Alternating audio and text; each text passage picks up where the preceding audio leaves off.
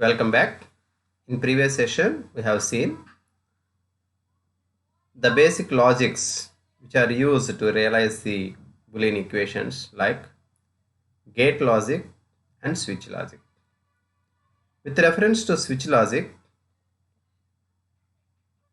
it is based on the pass transistors or transmission gates. With reference to pass transistors, how to realize the different logic circuits based on the Shannon's expansion theorem we have seen. And now I would like to discuss the advantages and disadvantages of this pass transistor logic and also the subfamilies under pass transistor logic. The advantages are,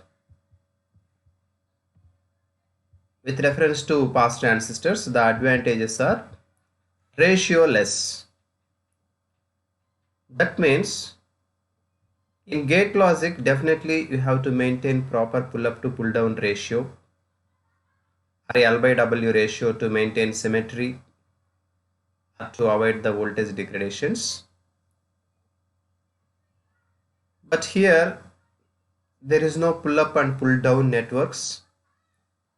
That's why here the circuits are ratio less.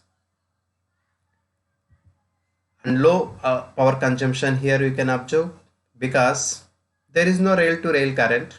That means no static current flow here in pass transistor logic. That's why the power consumption is very less.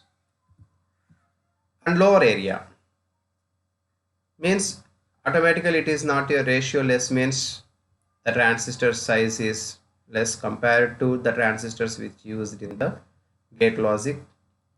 And with less number of transistors you can realize the different gates. Already previously we have seen in the realization of logic circuits using pass transistor logic. But still this pass transistor logic suffers with the drawbacks like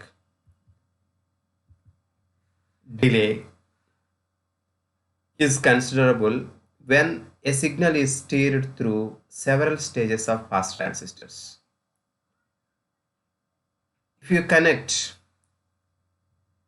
or if you take a cascaded pass transistor network, through that the signal is passed, what happens is the delay must be, you have to estimate, and it is generally given as n square into the resistance of pass transistor and load capacitance value.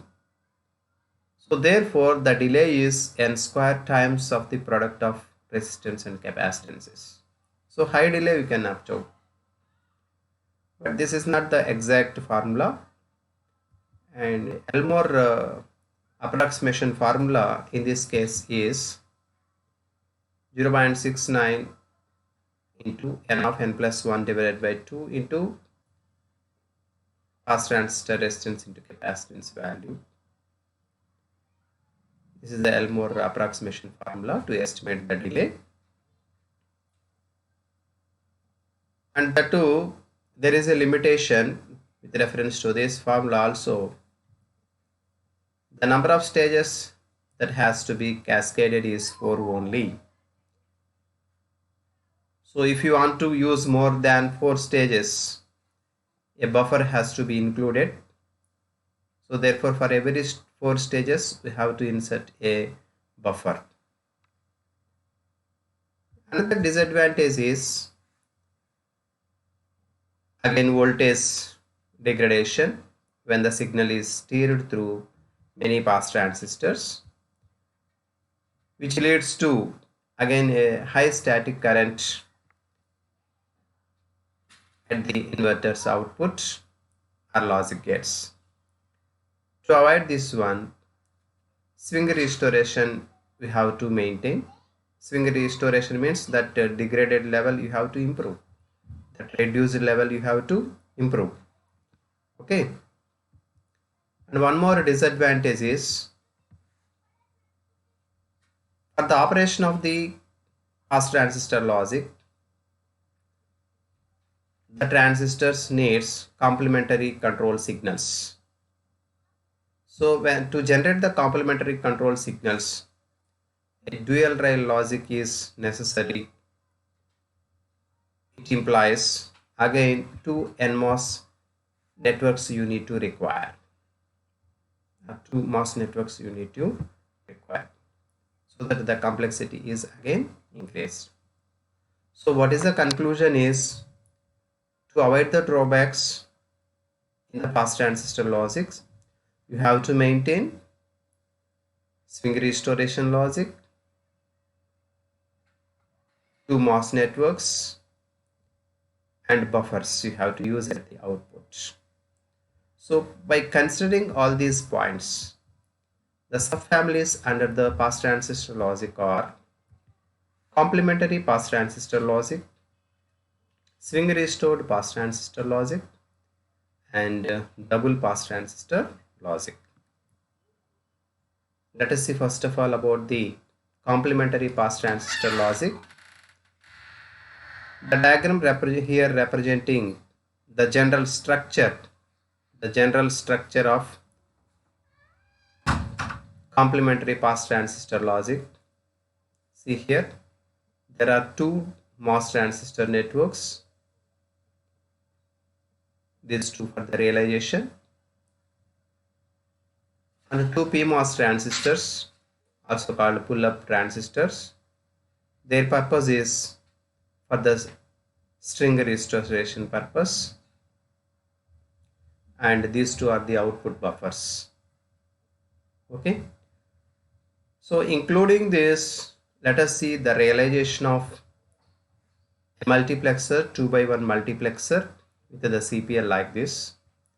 Actually these two transistors realize as 2x1 multiplexer, but as for to avoid the drawbacks, two such networks you have to maintain with true and complement inputs like this.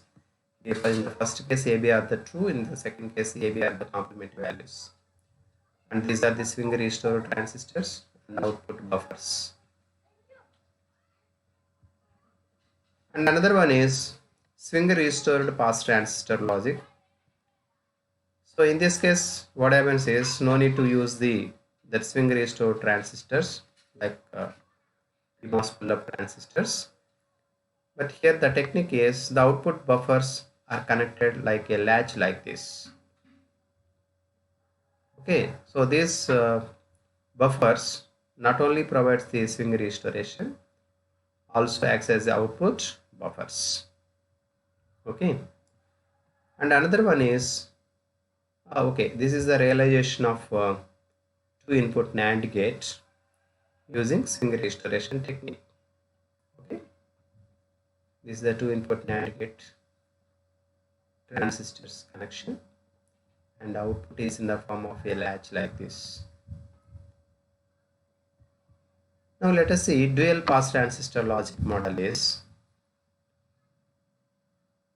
again in the either in the swing restoration case or okay, that okay, there the problem is again the voltage level may degrade, so that now the double pass transistor logic means it includes both NMOS transistors and PMOS transistors for the realization of the different gates.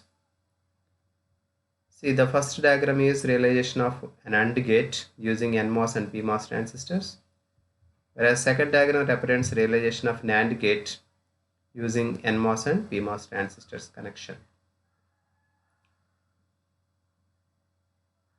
Okay, both NMOSs and PMOSs are used here. Again, with reference to this, if you see, the transistor count is almost equal to CMOS transistors realization, CMOS realization. Okay, so these are the different subfamilies under pass transistor case again. Okay, thank you.